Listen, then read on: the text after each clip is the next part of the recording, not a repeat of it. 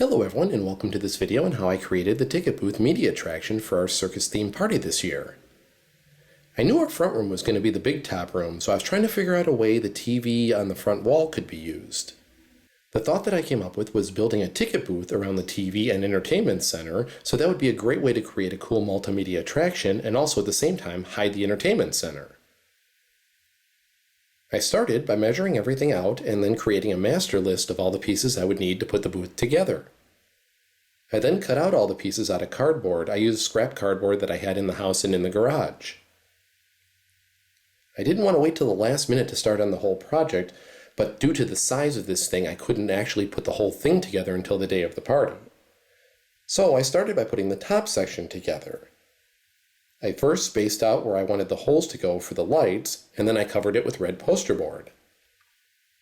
I found some circus-themed font and used Photoshop to create some large letters, cut them out, and then used a glue stick to attach them to the poster board.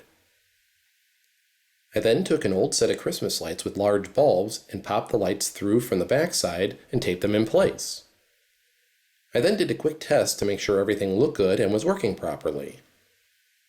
Even though I had to wait till the week of the party to do the rest of the whole ticket booth, I wanted to do a quick mock-up just to make sure my original measurements were okay.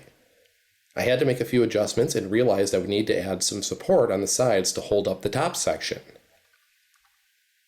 Then, the week of the party, I started to put together the bottom section.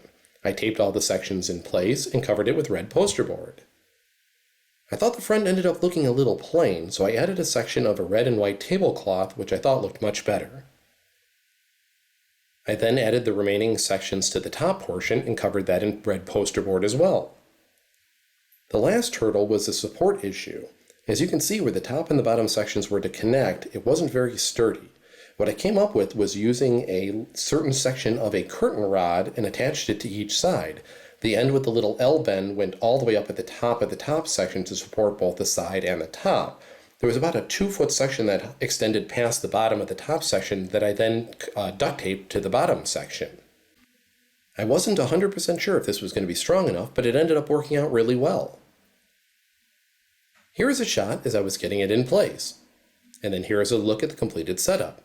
I added some additional little things to the mix to give it a little bit more of an effect, the blood splats, the tickets, and a skull. I created a video loop of a carny to play on the TV, to give the effect that he was inside the ticket booth trying to sell you tickets. Here's a quick shot of what it looked like at the party itself. I think it turned out really well. So for the most part, all the materials that I used, with the exception of the poster board and tablecloth, were things that I found around the house, so it ended up being a pretty cheap way to create a multimedia attraction.